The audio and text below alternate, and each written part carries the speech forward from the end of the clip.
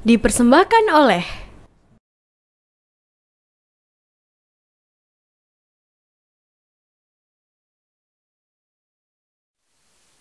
Ya, Assalamualaikum warahmatullahi wabarakatuh. Kembali lagi bersama kami dalam program TV Show TV Muhammadiyah. Mudah-mudahan sehat semua para pemirsa dimanapun Anda berada. Alhamdulillah pada kesempatan hari ini kita dalam rangka Milad RSI PK Muhammadiyah yang ke-32 sekaligus juga dalam rangka Hari Jantung Sedunia. Nah, tema kali ini kita akan bincang-bincang tentang apa itu penyakit jantung koroner. Nah, ini judul yang sangat fantastis saya kira. Nah, alhamdulillah mudah-mudahan kita semua terhindar dari apapun penyakit yang ada di diri kita. Oke, pemirsa yang berbahagia, alhamdulillah pada kesempatan hari ini acara didukung oleh yang pertama terima kasih pada Nutrif Benekol, kemudian PT Sambe Pharma, kemudian PT Fahrenheit dan kemudian juga dari Hexafarm Jaya. Terima kasih. Kemudian alangkah indahnya ketika acara pada hari ini yang juga dalam rangka Milad RS yang ke-32, di tengah-tengah kita sudah hadir ada Dr. Ahmad Sohibul Wiri. Sugeng Rawuh, Dok. Monggo. Assalamualaikum warahmatullahi wabarakatuh. Waalaikumsalam warahmatullahi wabarakatuh. Ya, pada kesempatan pagi hari ini menjelang siang ini kita sama-sama untuk berdiskusi dan saya kira untuk menyampaikan pesan silahkan Dok tentang penyakit jantung koroner ini, silahkan.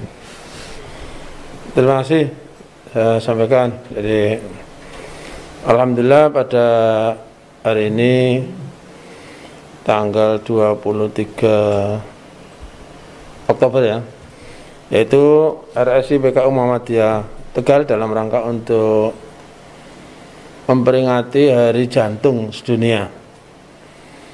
Kemudian kita mencoba untuk memberikan edukasi kepada masyarakat, terutama dengan harapan nanti bisa menekan dari atau mengurangi orang-orang yang terkena penyakit jantung koroner. Sekaligus ini adalah dalam rangka kegiatan untuk Milad RSI PK Muhammadiyah yang ke-32, tepatnya nanti pada tanggal 24 Desember. Jadi sengaja untuk salah satu kegiatannya ini adalah untuk khusus bersamaan dengan ulang tahun atau Hari Jantung Sedunia, maka kami pada hari ini ingin menyampaikan mungkin edukasi kepada masyarakat lewat dokter-dokter kita, dokter spesialis jantung kita, Dokter Yanuar, bersama dengan Dr. Muhammad Adri dari RSUD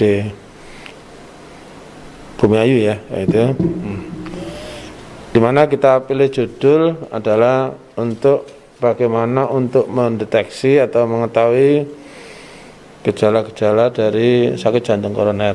Karena kenapa kita pilih jantung koroner? Karena di dalam statistiknya itu penyakit jantung koroner ini yang paling banyak ditemukan di antara penyakit jantung yang lain, frekuensinya tertinggi dan termudah. Dengan edukasi ini, karena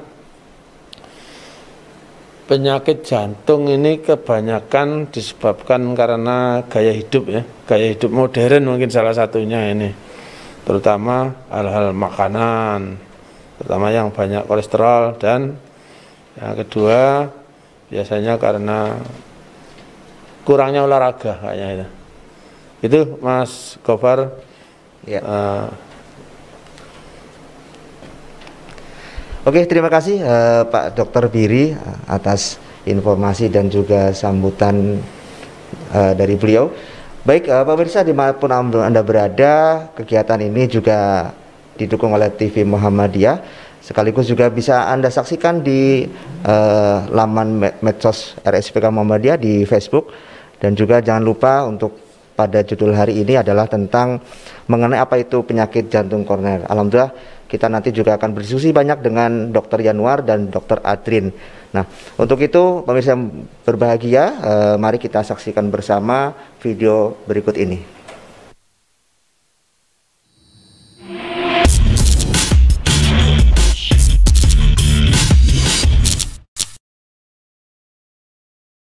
Dipersembahkan oleh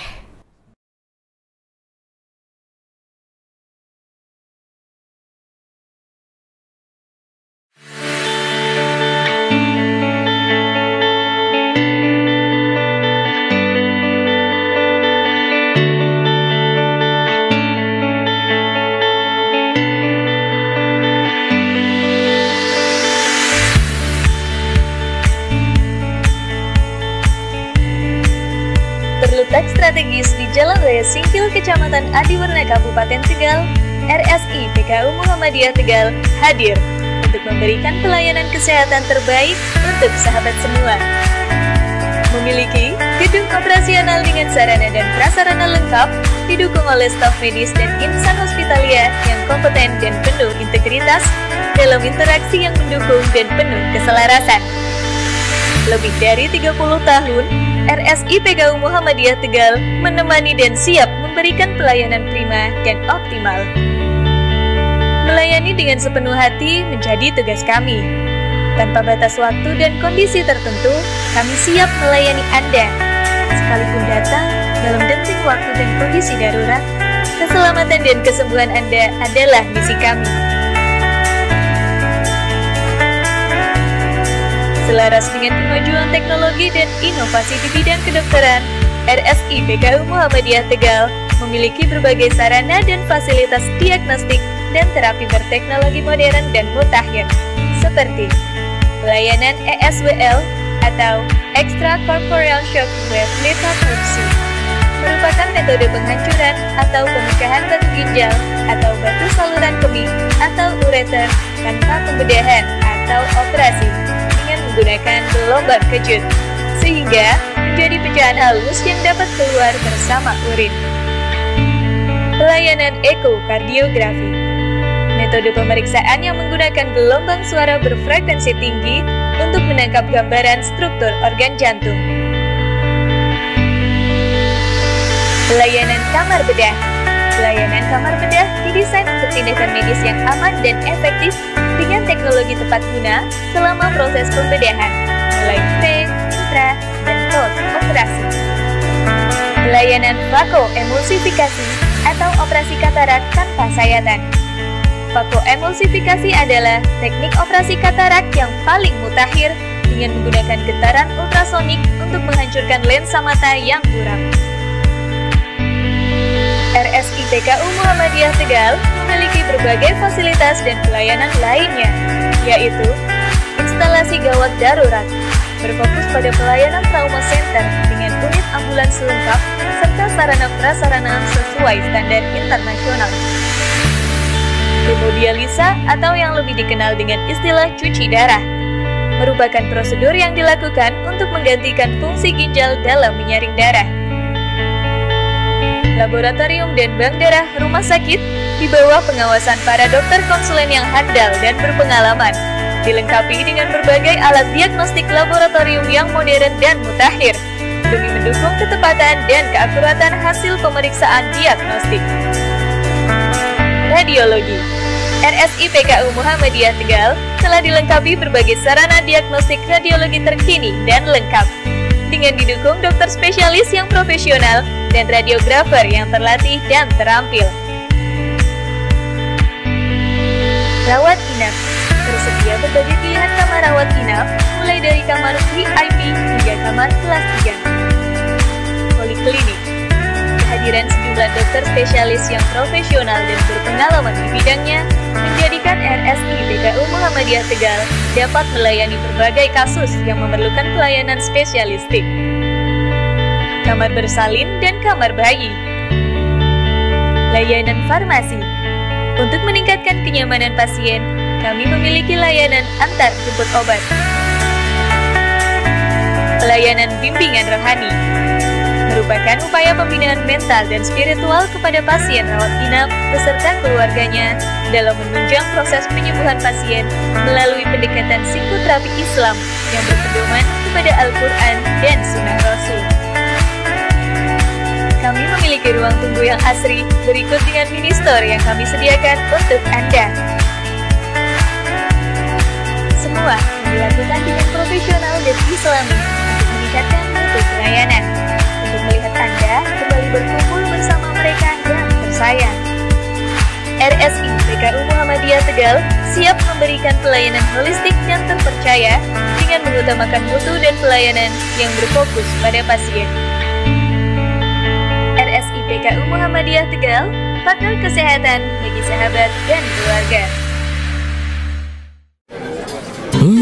Kilaf sama makanan. Gue sih sering banget. Terus ya nyesel banget sih. Habis makan langsung Benekol. Plan Stanol Esternya hajar kolesterol dari makanan yang habis kita makan. Nutrif Benekol. Cara enak turunkan kolesterol.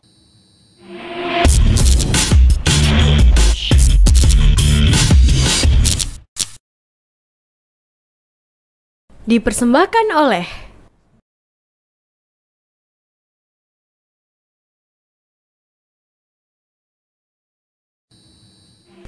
Ya, pemirsa, kembali lagi ke program podcast TV Show TV Muhammadiyah ya. Alhamdulillah di tengah-tengah kita sudah hadir ada Dr. Yanuar. Sehat, Dok? Alhamdulillah. Alhamdulillah sehat. Masya Allah. Kemudian juga di tempat terpisah ada Dr. Adrin ya dari RSI Muhammadiyah Bumiayu, Dok ya. Ya, sebelumnya sebagai informasi pemirsa yang berbahagia, di RSPK Muhammadiyah juga ada poliklinik spesialis jantung. Dan kebetulan alhamdulillah yang menangani adalah Dr. Yanuar langsung ya, Dok ya. Buka di hari Senin sampai Sabtu pukul 7 sampai 14. Alhamdulillah, mudah-mudahan amal ibadah Pak Dokter ini luar biasa ya, bisa bermanfaat untuk orang lain juga. Kemudian juga di RSPK Muhammadiyah ada layanan ISWL atau pecah batu ginjal tanpa pembedahan. Menggunakan layanan ISWL di RSPK Muhammadiyah di sini juga insya Allah sangat membantu untuk masyarakat banyak. Ya, baik pemirsa yang berbahagia dimanapun Anda berada, ini kita langsung saja, nampaknya sudah tidak sabar lagi nih pemirsa untuk pengen tahu sih apa itu penyakit jantung koroner ini. Jangan-jangan kalau deg-degan itu sudah termasuk kena penyakit jantung nih, Dok. Khawatirnya begitu, apalagi kalau sudah akhir bulan itu kan deg-degan itu kan, tentang tagihan biasanya, Dok. Ya, dokter, di sini kita akan coba tanya-tanya nih, kira-kira apa namanya Pak Dokter ini bisa untuk mencerahkan kita kaitan dengan penyakit jantung koroner. Yang pertama, Dok, ini apa saja sih faktor resiko dari penyakit jantung koroner, Dok?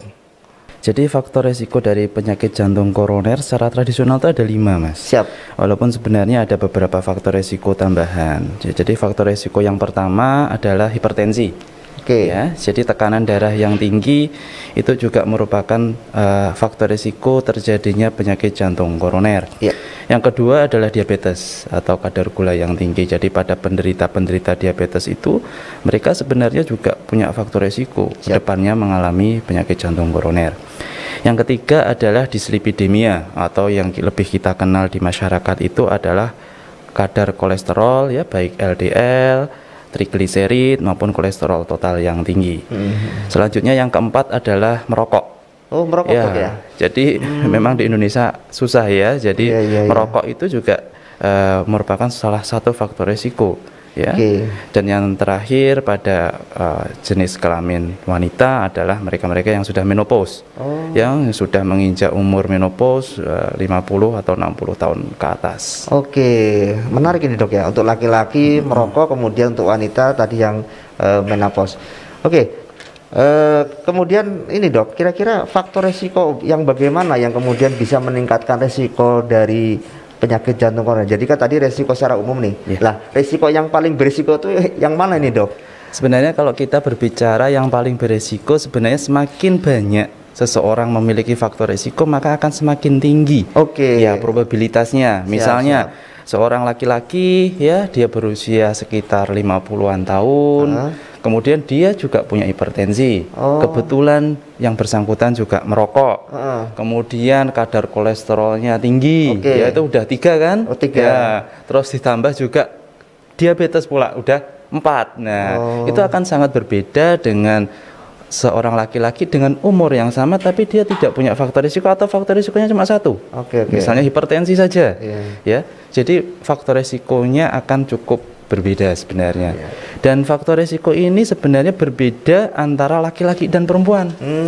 Ya, jadi dengan umur yang sama, misalnya 50 tahun seperti itu, sebenarnya laki-laki akan memiliki tingkat probabilitas atau resiko terkena penyakit jantung koroner maupun serangan jantung ya, yang kita bilang sebagai infak miokard lebih tinggi dibandingkan dengan perempuan.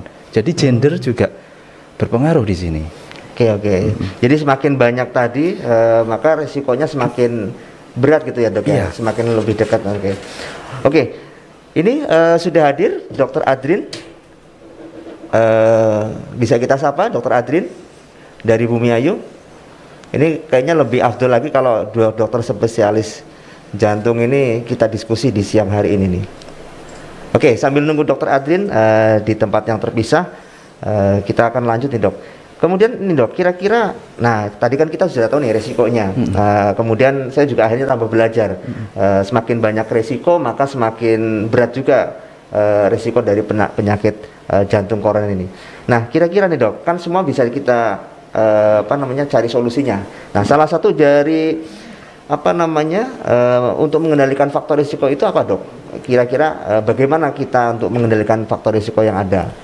Untuk mengendalikan faktor risiko, jika kita berbicara tentang pengendalian faktor risiko, sebenarnya ada 2, yaitu usaha preventif ya, usaha preventif, primary preventif atau preventif primer, di mana seseorang belum terdeteksi atau belum ada gejala atau belum terbukti memiliki penyakit jantung koroner ya, atau kardiovaskular, atau preventif yang sekunder, di mana sudah terlanjur nih, Dok, sudah pernah kena serangan jantung, atau saya sudah pasang ring, atau saya sudah punya penyakit jantung koroner. Nah, itu preventifnya itu akan targetnya berbeda. Yang pertama, kita tadi berbicara tentang hipertensi. Ya, secara umum hipertensi harus dikendalikan.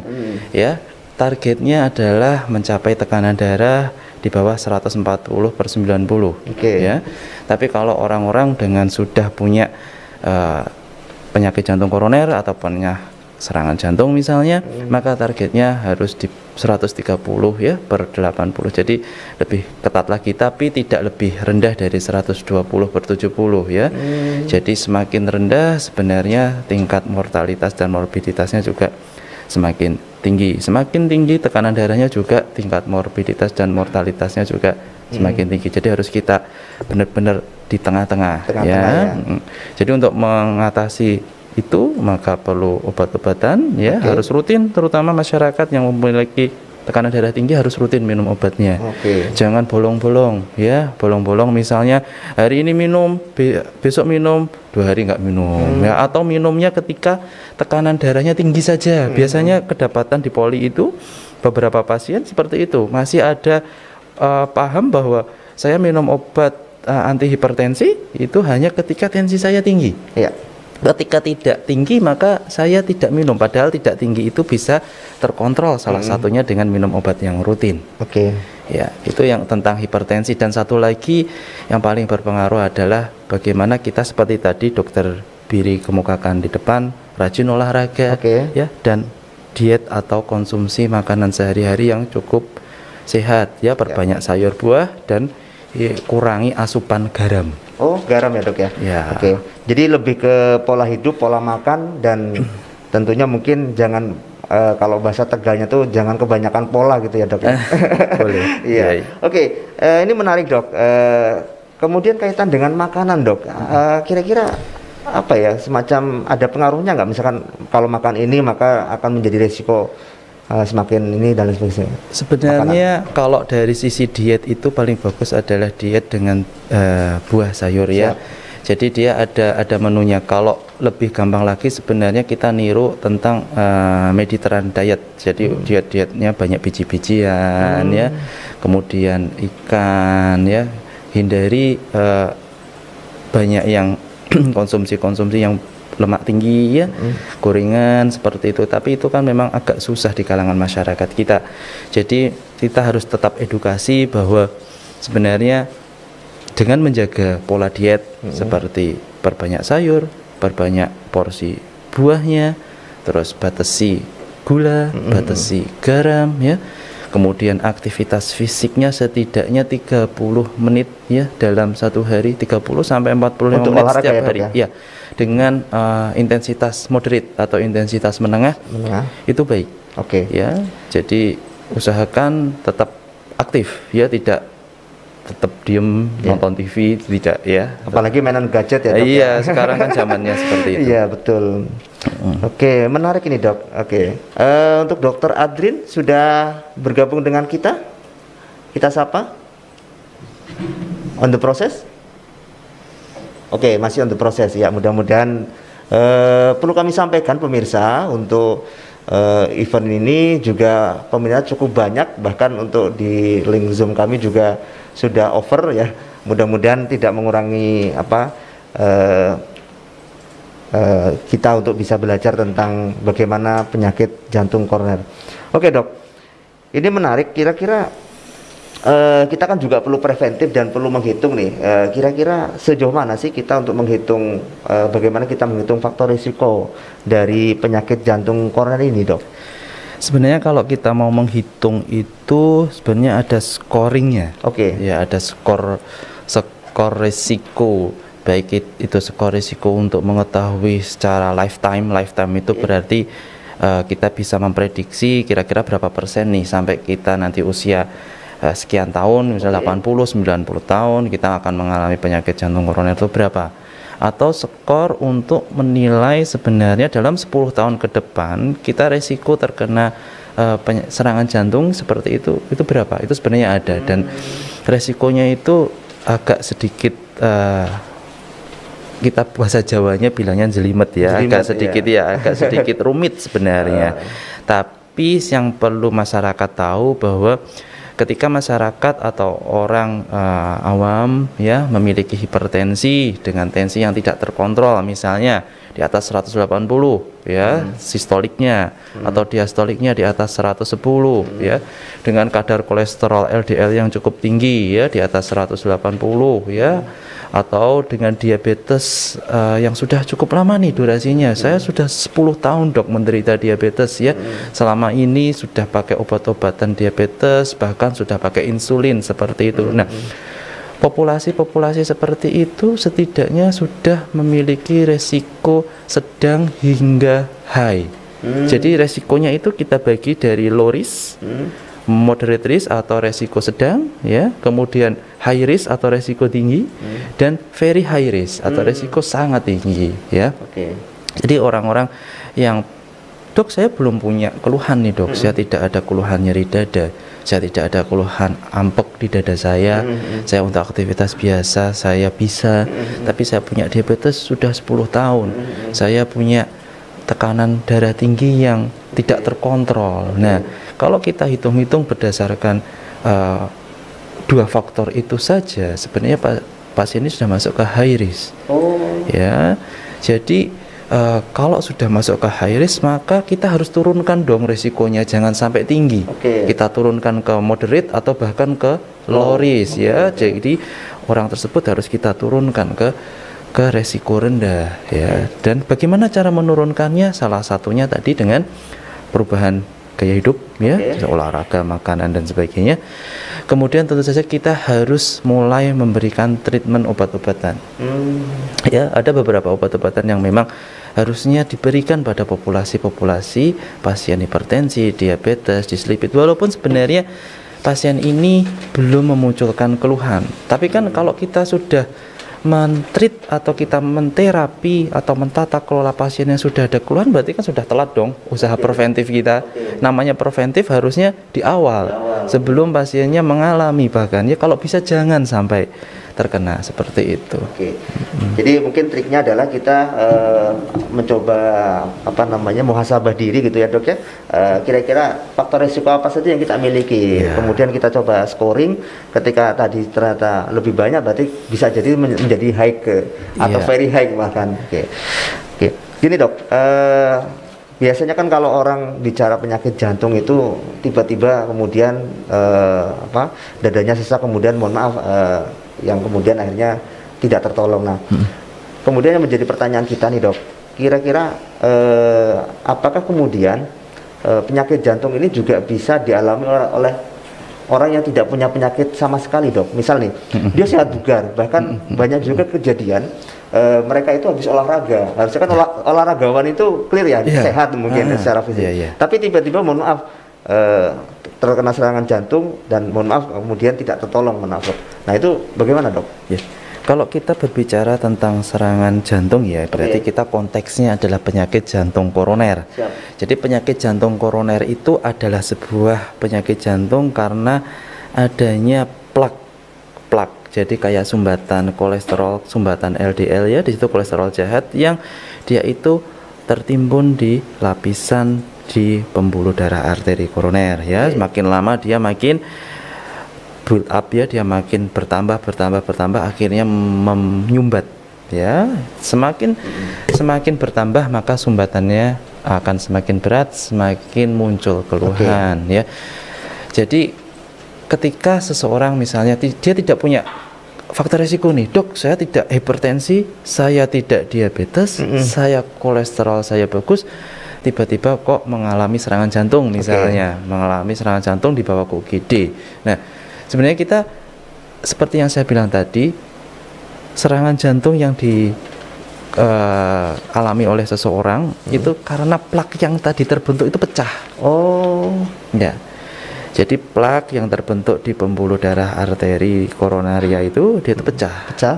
Kemudian akan terpapar dengan yang namanya platelet, trombosit ya. Ketika dia terpapar maka terbentuklah atau teraktivasilah sistem dari koagulasi. Dari situ karena kan kalau ada sesuatu yang luka pasti kan seperti kita lah, kalau kita kena pisau, kena silet, kalau luka kan langsung ada gumpalan ya. Sama, itu juga akan menggumpal di situ dan akhirnya menyebabkan sumbatan yang obstruksi total ya. Ketika itu terjadi maka otot-otot jantung yang ada di bawahnya atau yang dialiri oleh pembuluh darah itu akan mati. Yang kita sebut sebagai nekrosis pembuluh ototnya rusak ya, infark gitu. Nah, ketika itu mati maka pasien akan jatuh dalam kondisi kegawatan. Bisa akan terjadi aritmia atau gangguan irama jantung ya. Kemudian bisa tiba-tiba tensinya atau tekanan darahnya anjlok turun seperti itu karena efek dari hal itu. Jadi kalau kita usia muda misalnya masih 20 tahun, 30 tahun ya, bagaimana, Dok? Apakah saya punya resiko penyakit jantung koroner atau mungkin punya serangan jantung kecil sebenarnya? Bagi laki-laki di usia di atas 40 tahun itu baru muncul resiko. Ya, kalau pada perempuan di atas 60 tahun baru muncul. Jadi kalau kita berbicara penyakit jantung koroner pada usia muda sebenarnya sangat kecil, kecuali orang tersebut memiliki genetik yang menyebabkan terjadinya penyakit jantung koroner seperti familial hipertriglyceridemia atau kolesterolemia. Itu memang frekuensinya kecil, tapi dia bisa terkena serangan jantung pada usia sangat muda. Siap. Wah, menarik sekali ini, Dok. Nampaknya ini satu sesi ini masih kurang, tapi tidak apa-apa. Ini menjadi awalan kita pemirsa untuk bisa belajar dan mengenal dulu apa itu penyakit jantung koroner. Kebetulan untuk di RSPK Muhammadiyah Tegal, Poliklinik Spesial Jantung ini buka setiap hari Senin sampai Sabtu di jam 7 sampai dengan jam 2 siang dan langsung akan ditangani oleh Dr. Yanuar Surya. Ya, pemirsa, alhamdulillah di tengah-tengah kita sudah hadir meskipun dari tempat yang berbeda. Assalamualaikum Dr. Adrin. Ya, terdengar suara kami? Ya, Masya Allah, ya, luar biasa di tengah-tengah. Ya, siap. Di tengah-tengah kesibukan Dr. Adrin, beliau adalah dokter spesialis jantung juga di RSU Muhammadiyah Sitaminah Bumiayu, Dok ya. Ya, sama-sama masih muda, Dokter Yanuar, Dokter Adrin, mudah-mudahan sehat selalu dan bisa bermanfaat untuk masyarakat. Ya, pemirsa, di sini ada 2 dokter spesialis jantung. Ini juga sekaligus menambahkan, ini kita lagi sharing dok tentang jantung koroner ini dok. Ini menarik. Nah, ini boleh kita tanya-tanya dok ya. Tadi sudah dari Dokter Yanuar. Kira-kira nih dok, kan kita sama-sama enggak tahu nih untuk orang awam, kecuali kalau orang medis mungkin ya orang medis akan tahu apa itu penyakit jantung koroner. Nah, kira-kira untuk mengenali tanda-tanda atau gejala nih dok, khawatirnya kita kemudian merasa kita sehat-sehat saja, tapi ternyata ujuk-ujuk jantung kita tidak berdetak atau bahkan ternyata kita didiagnosis jantung koroner dok. Kira-kira informasi dari dokter itu cara mengenali tanda-tanda untuk jantung koroner dok, monggo dok. Baik, terima kasih atas pertanyaannya. Sebelumnya mungkin terdengar suara saya jelas ya, mudah-mudahan ya. Siap. Ya, jadi sebelum kita tahu gejala penyakit jantung koroner, kita harus tahu dulu penyakit jantung koroner itu apa. Jadi kan kadang-kadang orang ketika ditanya, oh sakitnya apa? Sakit jantung. Padahal sakit jantung itu banyak variasinya, banyak spektrumnya kalau kita sebut ya. Ada penyakit jantung bawaan, beda dengan koroner. Jadi mungkin ada anak atau ada usia remaja, oh dia sakit jantung. Pikiran kita jangan, oh ini sakit jantung koroner, bukan ya. Itu penyakit jantung bawaan. Ada juga penyakit jantung katup. Dan yang paling sering yang menyebabkan kematian dan banyak terjadi di Indonesia bahkan di dunia adalah penyakit jantung koroner. Ya, jadi yang menjadi ciri khas adalah koroner. Ya, kalau yang tadi ada penyakit jantung bawaan, penyakit jantung katup. Tapi ada khusus penyakit jantung koroner. Jadi harus tahu koroner itu apa. Jadi kita tahu bahwa setiap organ tubuh itu butuh oksigen, darah ya, isinya nutrisi dan oksigen. Dan jantung pun butuh itu, butuh oksigen dan darah. Dari mana yang ngasih? Yaitu pembuluh darah yang namanya koroner. Jadi koroner adalah pembuluh darah yang memberi makan jantung.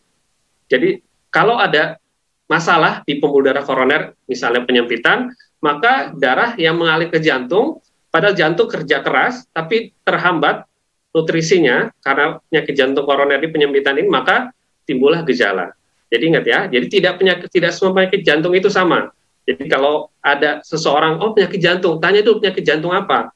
Ya, kalau penyakit jantung koroner, maka bahasannya adalah bahasan yang kita bahas saat ini. Ya, jadi penyakit jantung koroner adalah penyakit yang membuat darah kurang lancar mengalir di pembuluh darah koroner, yaitu pembuluh darah yang memberi makan jantung. Nah, setiap tubuh kita memiliki komunikasi, ya. Kaki kalau kesentak misalnya meja sakit, itu bentuk komunikasinya. Dia menyatakan diri, oh saya sedang sakit, maka kita tahu. Jantung kalau ada penyumbatan atau ada aliran darah yang kurang di koroner, maka dia akan melakukan komunikasi. Dan komunikasi adalah bentuknya adalah gejala, dan yang paling sering adalah nyeri dada. Ya, jadi gejala yang paling umum terjadi pada pasien dengan penyakit jantung koroner adalah nyeri dada. Itu mungkin itu dulu. Ya. Oke, luar biasa ini. Kita semakin kaya, semakin tahu apa itu penyakit jantung ya dok ya. Tadi dari Dokter Yanuar, kemudian ditambah dengan Dokter Adrin. Nah, kira-kira nih dok, tanda dan gejala laki-laki sama perempuan itu sama nggak dok? Tadi kalau kata Dokter Yanuar ini kan diinformasikan faktor risiko untuk perempuan ini adalah ketika sudah menopause. Kemudian untuk laki-laki ini tadi di atas 40 tahun, apalagi kalau merokok dan sebagainya. Kira-kira menurut Dokter Adrin ini tanda dan gejala dari penyakit jantung koroner ini antara laki-laki dan perempuan itu sama apa tidak, dan ciri-cirinya apa dok? Oke. Ya, jadi beruntunglah kamu wanita karena ketika masih menopause itu masih terlindungi dari penyakit jantung koroner. Ya, walaupun masih ada mungkin, tapi lebih rendah. Jadi jangan sedih ketika oh saya menopause sakit, enggak. Saya menstruasi, enggak ya. Menstruasi adalah bentuk anugerah ya, bahwa para wanita bisa terlindungi penyakit jantung koroner ya. Nah, nyeri dada yang tadi saya bilang gejala paling sering itu secara mudah dibagi 3. Nyeri dada lampu hijau, nyeri dada lampu kuning, dan lampu merah. Ya, artinya apa? Kalau lampu hijau itu ada nyeri dada, tapi kecil kemungkinannya penyakit jantung koroner. Karena nyeri dada banyak ya, kita tertonjok sakit dadanya, bukan jantung jelas ya. Jadi kita harus tahu dulu, ini nyeri dada kita, nyeri dada yang lampu hijau, kuning, atau merah ya. Ingat, lampu hijau berarti dia masih ada kemungkinan sakit jantung koroner tapi kecil. Apa bentuknya nyeri dadanya? Misalnya kalau ditekan-tekan, dipijit-pijit enak. Nah, itu nyeri dada yang lampu hijau ya. Itu kecil kemungkinan karena sakit jantung koroner. Apalagi misalnya kalau kita berubah posisi ya, dari berdiri miring kanan, miring kiri, tarik nafas dalam, sakit dadanya muncul. Itu berarti nyeri dada lampu hijau. Ya. Jadi itu kecil kemungkinannya sakit jantung koroner. Lalu apalagi nyeri dada yang lampu kuning. Apa misalnya nyeri dada di tengah dada, ya, tapi bentuknya seperti dicubit-cubit, ya, bisa ditunjuk, dicubit-cubit, kadang hilang timbul, ya, tidak menjalar. Nah, itu nyeri dada lampu kuning. Itu bisa iya, bisa enggak penyakit jantung koroner. Yang terakhir nyeri dada lampu merah. Nah, ini udah sangat besar kemungkinan sakit jantung koroner, yaitu nyeri dada seperti diinjek. Jadi dadanya seperti diinjak. Jadi kalau ibu bapak gendong anak lagi tiduran, anak nindihin dada kita, seperti itu sensasinya, seperti diinjak, ya. Terus setelah diinjak, dia bisa menembus punggung rasanya, dan seperti tercekek bahkan menjalar ke lengan, ya. Itu nyeri dada yang lampu merah. Apalagi kalau disertai dengan aktivitas. Jadi semakin kita gerak, semakin capek aktivitas kita, semakin muncul nyeri dada. Itu nyeri dada lampu merah, artinya sangat besar kemungkinan sakit jantung koroner. Nah, apa beda laki dan perempuan itu harus dilihat dulu. Pertama, ya, kalau perempuan itu biasanya kecil kemungkinannya sakit jantung koroner. Jadi dianalisis dulu. Ini nyeri dadanya lampu kuning, hijau, atau merah. Ya, kalau nyeri dada lampu merah, maka mau laki-laki atau perempuan kemungkinan besar itu sakit jantung koroner. Ya, tapi kalau perempuan nyeri dada lampu kuning, itu kita masih kecil kemungkinannya, oh ini sakit jantung koroner, karena tadi perempuan memang dasarnya lebih rendah kemungkinan sakit jantung koroner. Ya, jadi kalau laki-laki udah lampu kuning, biasanya kita udah, wah ini sakit jantung koroner. Tapi kalau perempuan masih nyeri dada lampu kuning, kita masih pikir, oh yang lainnya. Ya, jadi bedanya kira-kira di situ, Pak. Ya, monggo. Silakan. Luar biasa ini dok ya. Jadi semakin detail juga bahwa kalau laki-laki sepertinya, kalau perempuan seperti itu. Ya, kemudian gini dok. Kaitan tadi masalah usia, kira-kira apakah kemudian penyakit jantung itu harus, mohon maaf, di usia lanjut atau usia di atas 40 itu. Nah, kira-kira ketika umur 30 bahkan mungkin 20-an itu apakah juga bisa dok untuk terkena penyakit jantung koroner dok? Ya, jadi ingat ya, pertanyaan adalah penyakit jantung koroner. Kalau ditanya apakah usia muda bisa penyakit jantung, bisa. Pas bayi baru lahir bisa penyakit jantung bawaan, ya. Tapi kalau ditanya penyakit jantung koroner, maka hubungannya dengan usia salah satunya dan juga jenis gaya hidup, ya. Jadi mungkinkah usia 30 tahun? Mungkin sekali. Usia 20 tahun mungkin sekali, ya. Apalagi di tengah sekarang pandemi, malas gerak, jarang olahraga, makan banyak, berat badan naik, gemuk, merokok, itu sudah tinggi kemungkinannya resiko penyakit jantung koroner, ya. Jadi sekarang kita sudah tidak terlalu melihat usia, ya. Laki-laki sudah banyak yang merokok, gemuk-gemuk, jarang olahraga, ada keluhannya di dada lampu merah, udah kita curigain penyakit jantung koroner. Jadi kita nggak usah ragu, oh dia masih muda, kemungkinan enggak. Sekarang kita melihat bahwa usia muda pun 30 tahun, bahkan paling muda bisa sampai 25 tahun, masih mungkin sekali terjadi penyakit jantung koroner, ya. Jadi sekali lagi lihat dari gejala dan tanda serta faktor risiko. Tadi Dr. Yanuar sudah menjelaskan faktor risikonya ini, ya. Lihat seorang yang datang ke kita itu atau siapapun yang datang ke kita usia muda itu ada nggak faktor risiko? Oh ada. Lihat nyeri dadanya, termasuk nyeri dada lampu kuning, hijau atau merah. Oh merah. Udah, ini tegak suatu penyakit jantung koroner. Kita harus obati baik dengan gaya hidup maupun dengan obat. Ya, luar biasa ini. Ya, selanjutnya nih dok, nanti juga bisa disambung Dr. Yanuar. Ini mungkin sebagai awalan nanti Dr. Adrin dulu. Untuk pengobatannya dok, kira-kira untuk pengobatan dari penyakit jantung koroner, karena kan kita juga tahu nih, kita nggak tahu apakah kita punya penyakit jantung koroner atau tidak. Kemudian ternyata kita didiagnosis jantung koroner gitu ya dok ya. Nah, kira-kira pengobatan seperti apa? Ini mungkin saya bisa tanya dulu dengan Dr. Adrin, pengobatan dari ketika kita divonis, mohon maaf, jantung koroner itu seperti apa dok? Mungkin treatmentnya ataupun pengobatannya ataupun apa yang harus dilakukan? Mungkin Dr. Adrin dulu, nanti disambung sama Dr. Yanuar. Silakan dok. Baik, terima kasih pertanyaannya. Jadi bagaimana sih treatmentnya? Pertama, kita kendalikan faktor resiko. Tadi Dr. Yanu sudah menjelaskan faktor resikonya apa aja. Secara gampangnya dibagi faktor resiko bisa diubah dan tidak bisa diubah. Apa yang tidak bisa diubah? Usia, jenis kelamin, ras, ya. Jadi kita nggak bisa pengen, oh saya usia tua pengen muda lagi, nggak bisa, ya. Jadi itu kita nggak bisa ubah. Apa yang bisa kita ubah? Faktor resiko yang bisa diubah. Apa aja? Satu, ya, gaya hidup. Itu yang paling penting. Jadi terapi kita awal selalu dengan gaya hidup. Yang murah dulu, yang simple, ya, yang nggak menghabiskan banyak waktu, banyak uang gitu ya, yaitu gaya hidup. Yang pertama, misalnya dia merokok, hentikan rokok. Dia gemuk, lihat ya, kalau berat badannya udah gemuk, perutnya sudah buncit, harus turunkan berat badan. Ya, kolesterolnya tinggi, kurangin yang goreng-gorengan. Gula darah tinggi, obati gula darahnya. Ya, jadi selalu treatment pertama adalah kendalikan gaya hidup. Ya, jadi itu dulu. Oke. Ketika itu masih belum bisa, baru kita masuk ke obat. Ya, obatnya nanti silakan ke dokter masing-masing. Nanti dokter yang tahu obatnya apa saja sesuai dengan kondisi pasien masing-masing. Tapi selalu yang pertama adalah kendalikan gaya hidup. Ya, merokok, kurangin gorengan yang asin-asin, olahraga, kendalikan berat badan. Insya Allah itu bisa sangat menurunkan resiko penyakit jantung koroner. Oke. Jadi tadi ya lebih ke gaya hidup itu yang bisa dikurangi. Kemudian mungkin Dr. Yanur menambahkan? Ya, sebenarnya sudah disampaikan oleh Dr. Adrin tadi ya. Sebenarnya memang kita dimulai dari gaya hidup. Oke. Dimulai dari itu. Kemudian jika ini saya masih nyeri dada dok, saya masih sakit dadanya, ya masih nggak nyaman dan sebagainya, maka perlu obat-obatan. Ya, dokternya pasti akan tahu apa obat-obatan apa saja mungkin yang akan diberikan.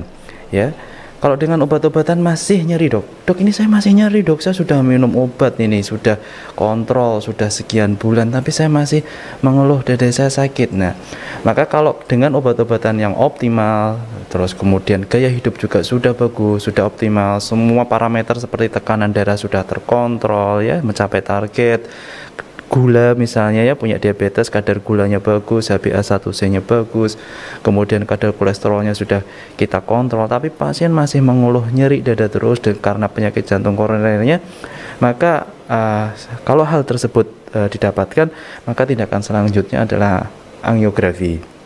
Ya, kalau orang masyarakat tahunya adalah tindakan kateterisasi jantung ya. Tapi tentu saja untuk ke arah sana itu perlu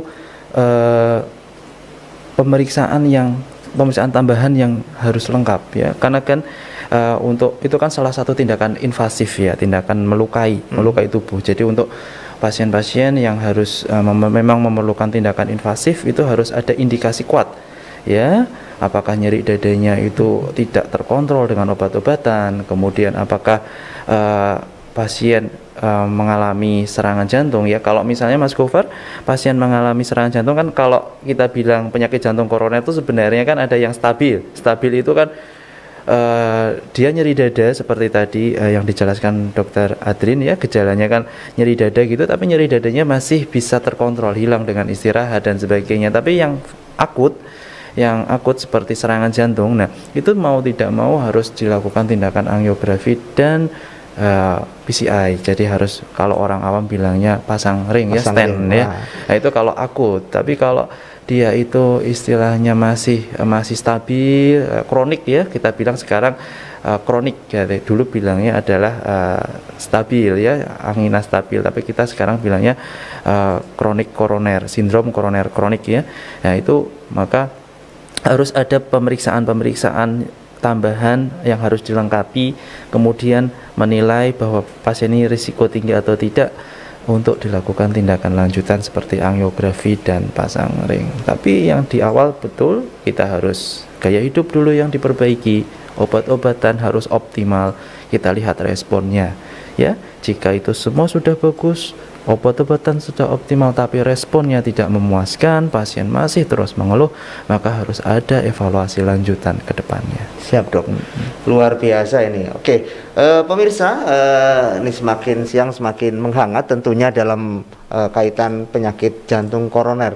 Nah, mungkin pemirsa ada yang ingin ditanyakan, ini mumpung masih ada waktu, meskipun mungkin juga kita dibatasi oleh waktu. Tapi mudah-mudahan pemirsa tidak bosan untuk senantiasa belajar. Silakan. Dari mana?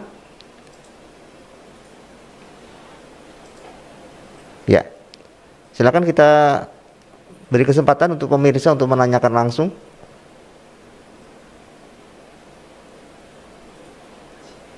Ya, sambil menunggu, oke dok, ini kaitannya tadi dengan ring ya. Ini juga kita punya banyak informasi kalau pasang ring itu, mohon maaf, lumayan ya dok ya. Ibarat kata ya lebih baik menjaga ataupun menghindari daripada kita kemudian harus kena gitu kan. Tapi kembali lagi kan kita tidak tahu apakah kemudian kita termasuk kategori yang berisiko atau tidak. Nah, kira-kira dok, sebagai informasi, apakah kemudian dengan adanya pasang ring itu mohon maaf, apakah itu membantu atau sifatnya juga hanya jangka waktu tertentu dok? Ya, kalau dalam settingnya adalah kegawatan, ya, seperti yang tadi plak atau sumbatannya itu tadi pecah, kemudian terjadi serangan jantung, itu menyelamatkan nyawa, Mas. Oke. Ya. Jadi tindakan tersebut adalah tindakan yang menyelamatkan nyawa pasien. Jadi ya memang harus dilakukan. Oke. Ya. Kalau yang tindakan elektif seperti pada penyakit-penyakit yang koroner ya, yang tadi saya bilang nyeri dada masih bisa terkontrol dan sebagainya, itu juga memberikan manfaat juga. Tapi perlu dipilih-pilih, nanti dokternya yang tahu ya. Karena tiap-tiap pasien itu akan berbeda. Si A, si B, si C ya. Mungkin si A diperlukan tindakan pasang ring segera ya, mungkin karena nyeri dadanya tidak pernah terkontrol ya, dalam satu hari muncul terus ya. Atau si B mungkin munculnya seminggu sekali, atau mungkin kalau aktivitasnya berat banget, kalau aktivitas sehari-hari dia nggak kerasa. Si C misalnya berbeda lagi. Jadi case by case itu akan sangat dinilai oleh dokternya. Nanti dokternya yang akan tahu ya bagaimana manfaat pasang ring ini pada tiap-tiap orang ya. Jadi akan sangat dinilai sekali tiap-tiap orang, apakah ini perlu, ini belum, oh ini harus dan sebagainya. Tapi kalau settingnya adalah setting kegawatan ya, setting emergency ya harus ya. Tapi kalau settingnya elektif atau settingnya bukan emergency, ya itu nanti akan case by case akan dinilai. Oke, jadi kita tetap bagaimana kemudian kita preventif ya dok ya. Yang paling penting itu. Lebih baik menjaga daripada kemudian kita menyembuhkan gitu ya. Ya meskipun kalaupun memang sudah terjadi ya kita diusahakan semaksimal mungkin untuk bisa membantu untuk menyembuhkan gitu ya dok ya. Baik pemirsa, Dokter Adrin ya, kita sapa lagi sambil nunggu penanya nih, mumpung masih ada waktu. Kira-kira nih dok, tadi kalau kaitan dengan faktor resiko dan sebagainya. Nah, kira-kira kaitan dengan makanan dok, ini kan mohon maaf, anak muda itu biasanya makan itu fast food, kemudian makan yang kemudian kekinian ya kan, ngopi, ngudut atau ngerokok gitu kan. Nah kira-kira dok, faktor makanan apa yang kemudian mempercepat ataupun memperburuk tingkat resiko dari penyakit jantung koroner dok? Misalkan mohon maaf, sate misalkan kan, dengan bangganya gitu kan kita makan sate atau ngafe-ngafe di kopi gitu. Gimana dok kaitan makanan? Baik, jadi benar sekali, ini penyakit jantung koroner adalah penyakit yang sangat berhubungan dengan makanan ya. Jadi apa yang kita makan maka itulah penyakit kita ya. Tadi kalau merokok jelas itu sudah tidak boleh sama sekali ya. Nah sekarang hubungan dengan makanan, pertama apa? Itu makan makanan yang mengandung kolesterol tinggi, atau kita mudahnya yang minyak-minyakan ya. Jadi saya selalu mengingatkan kepada pasien saya, kurangi goreng-gorengan ya. Jadi mau gorengan apapun, misalnya saya kan tahu tempe sehat, tapi kalau terlalu banyak yang digoreng maka akan menimbulkan plak kolesterol yang akan menyebabkan penyakit jantung koroner. Jadi sebisa mungkin makanan yang dulu gorengan dikurangin ya. Tempe goreng gantilah tempe bacem, tahu goreng ganti tahu rebus gitu, seperti itu ya. Itu sangat akan mengurangi masalah penyakit jantung koroner ya. Saya banyak sekali pasien yang ketika sudah dikurangin gorengannya, alhamdulillah nyeri dada jauh berkurang ya. Jadi faktor makanan sangat penting sekali. Yang kedua adalah yang asin-asin ya. Jadi kita punya batas garam yang kita makan ya, garam dapur gitu ya, yang asin kira-kira setengah sendok teh maksimal sehari ya.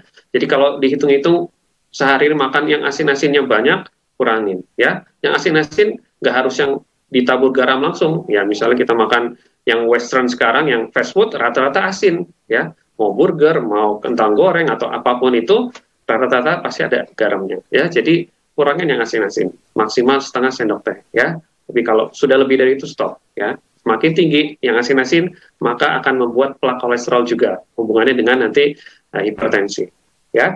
Yang tiga apa? Nah ini mitos juga, kopi. Apakah kopi dibolehkan atau tidak? Nah itu mungkin pertanyaan yang sering ditanyakan, saya boleh minum kopi nggak? Kalau penyakit jantung koroner sebenarnya tidak terlalu dipengaruhi kopi ya. Yang masalah adalah gulanya. Ya, kadang-kadang kita minum kopi tapi gulanya banyak, atau minum teh itu sehat tapi gulanya banyak, ya.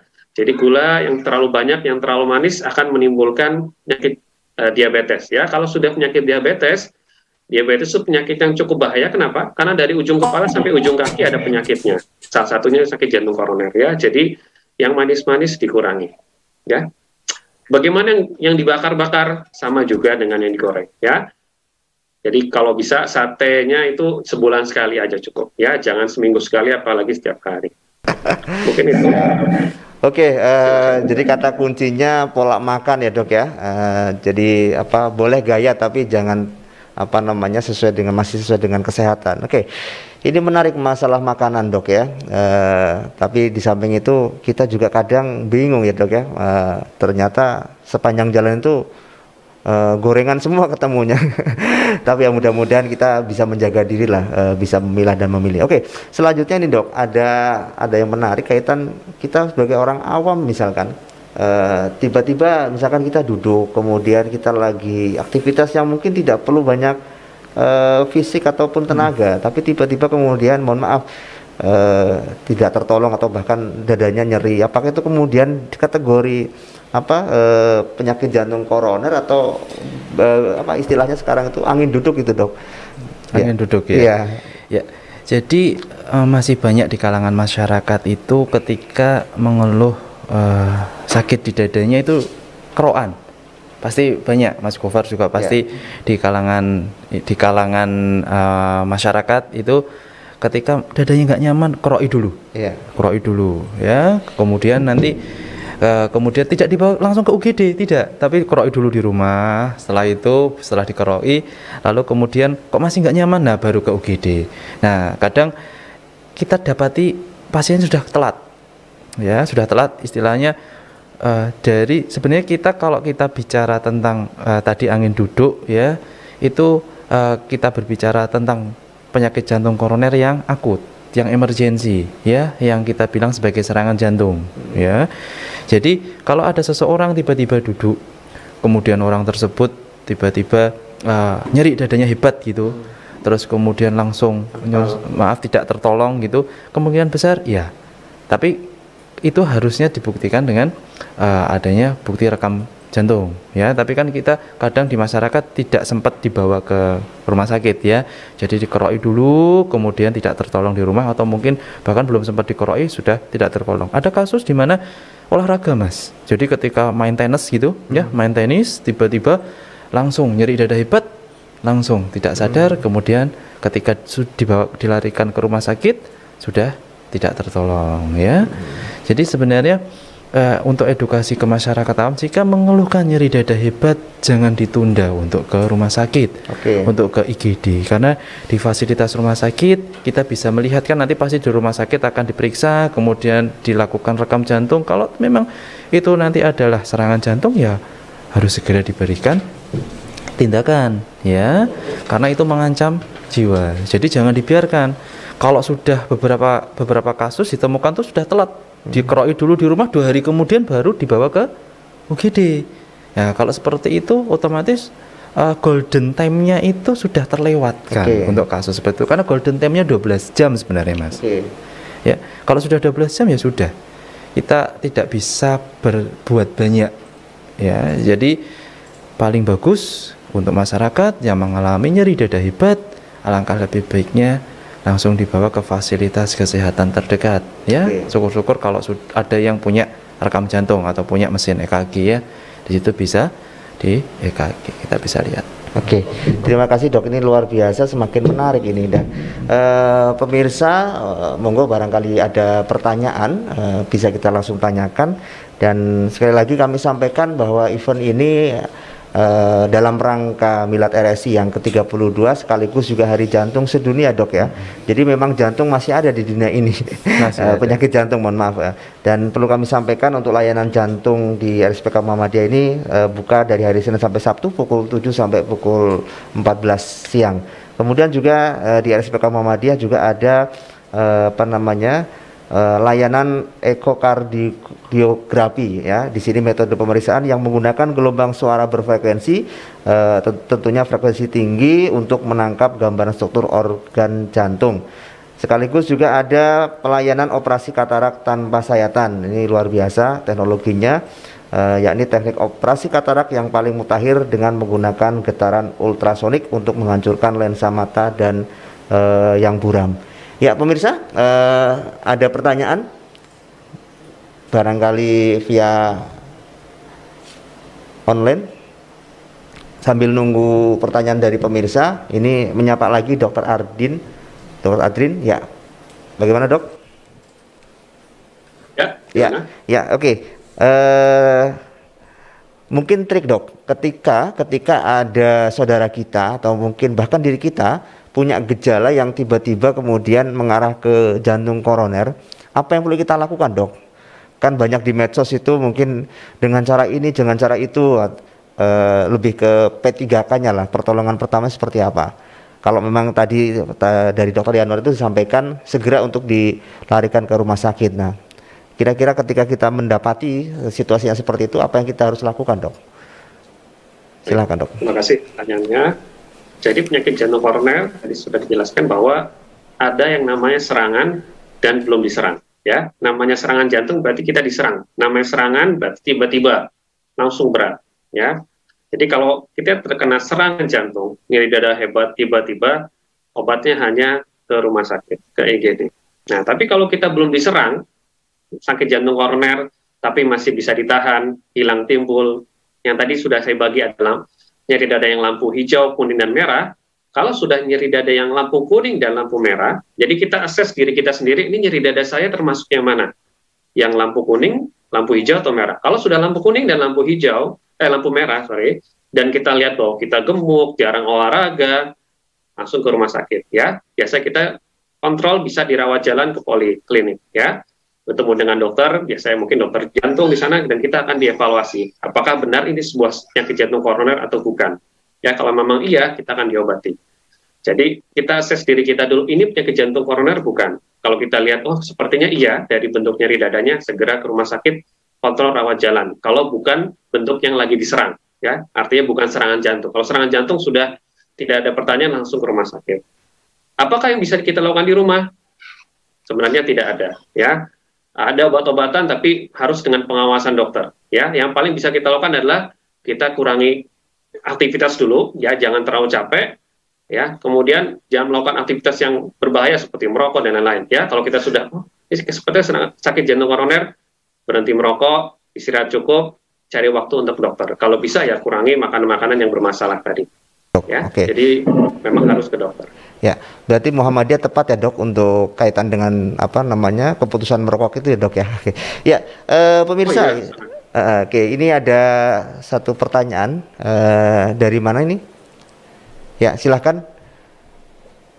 Ya, ini Bu Dewi Sinta. Ya, silahkan. Terima kasih. Assalamualaikum warahmatullahi wabarakatuh. Waalaikumsalam warahmatullahi wabarakatuh. Ya, maaf Dok, mau tanya, apabila kita kan tensinya normal, terus kadar kolesterol ataupun nilai laboratorium yang lainnya juga normal, apakah masih bisa terkena penyakit jantung, Dokter? Terus padahal kita juga tidak punya penyakit yang beresiko kayak tadi yang diterangkan, misalkan. Lalu pertanyaan yang kedua, Dokter, apakah apabila seorang sudah dipasang ring masih bisa terkena serangan jantung atau tidak, Dokter? Terima kasih, Dokter. Assalamualaikum warahmatullahi wabarakatuh. Iya, waalaikumsalam warahmatullahi wabarakatuh. Ya, terima kasih. Ini Dokter Yanuar dulu nih, kaitan semuanya normal, tapi apakah bisa terkena atau tidak? Oke. Jika semuanya normal, terima kasih atas pertanyaannya ya Bu Desinta ya. Jadi gini Bu, Jadi ketika parameter semua bagus, tekanan darah kita bagus, kemudian kolesterol bagus, kemudian kita tidak punya diabetes dan sebagainya, kita perlu lihat lagi apakah punya keluhan tidak, seperti tadi dijelaskan Dr. Adrin ya. Ada keluhan nggak yang tadi lampu hijau, lampu kuning, lampu merah ya. Kalau memang ada keluhan misalnya lampu kuning atau lampu hijau, walaupun semua parameternya bagus, kemungkinan masih ada. Ya, karena kita itu untuk mendiagnosis penyakit jantung koroner kan tidak hanya lihat dari satu sisi, ya. Oke, parameter-parameter yang lain bagus, tapi ternyata keluhannya khas nih. Keluhannya khas. Umurnya juga nyuwun sewu, kalau misalnya laki-laki tadi sudah 40-50, kalau perempuan sudah di atas 60 ya, itu terus direkam jantung. Rekam jantungnya juga khas, ada penyempitan misalnya, ya, ada tanda iskemia di situ. Terus kemudian keluhan khas ya, kemungkinan besar iya. Jadi kita akan melihat dari semua sisi sebenarnya untuk menegakkan ini sebuah penyakit jantung koroner. Tapi yang perlu diketahui bahwa tekanan seperti tadi, faktor resiko tadi, tekanan darah, dislipidemia, kadar kolesterol, gula, itu semua juga berkontribusi. Kalaupun tidak ada, itu juga seseorang masih bisa memiliki risiko, tergantung apakah dia punya keluhan ya, terus bagaimana rekam jantungnya ya, bagaimana ronsen dadanya, dan semuanya harus kita kolaborasi untuk menyatakan bahwa seseorang tersebut punya penyakit jantung koroner atau tidak. Terima kasih Dokter Yanuar. Ini satu lagi nih kaitan dengan ketika sudah pasang ring nih, Dokter Adrin bisa jawab secara singkat, itu apakah masih bisa terkena juga dok, meskipun sudah pasang ring? Sangat bisa kalau ternyata masih merokok, masih makan gorengan, gulanya masih tinggi, sangat bisa. Jadi kemungkinan semua tetap bisa ya dok ya. Oke, terima kasih, ini luar biasa. Baik pemirsa dimanapun Anda berada, luar biasa pertemuan ini, saya kira sangat terbatas dan pasti kurang, tapi mudah-mudahan nanti di lain kesempatan RSI akan terus bergerak untuk bisa mencerahkan semuanya pemirsa yang ada di manapun Anda berada. Terima kasih juga untuk Nutrif Benecol, kemudian PT Sambe Pharma, kemudian PT Fahrenheit dan juga PT Hexa Pharma Jaya. Kemudian juga RSPK Muhammadiyah Selamat Milad yang ke-32, dan juga kita pimpinan daerah Muhammadiyah Tegal juga ada Stikes Muhammadiyah yang ada di Kalibakung Balap Pulang menerima masa baru. Dan pemirsa di mana-mana berada, kata kuncinya adalah bagaimana kita melatih diri kita untuk melakukan pola hidup yang sehat, kemudian bagaimana gaya hidup kita pun sesuai dengan kesehatan. Itu saja pemirsa, mudah-mudahan bermanfaat. Kurang lebihnya mohon maaf. Kita sapa dulu pemirsanya. Dok, sehat selalu untuk semuanya, jaga kesehatan, dan juga mudah-mudahan kita tetap dilindungi oleh Allah Subhanahu wa taala. Amin. Mari kita tutup dengan doa penutup majelis. Subhanakallahumma wa bihamdika asyhadu an la ilaha illa anta astaghfiruka wa atubu ilaik. Kami akhiri wabillahi taufiq wal hidayah. Wassalamualaikum warahmatullahi wabarakatuh.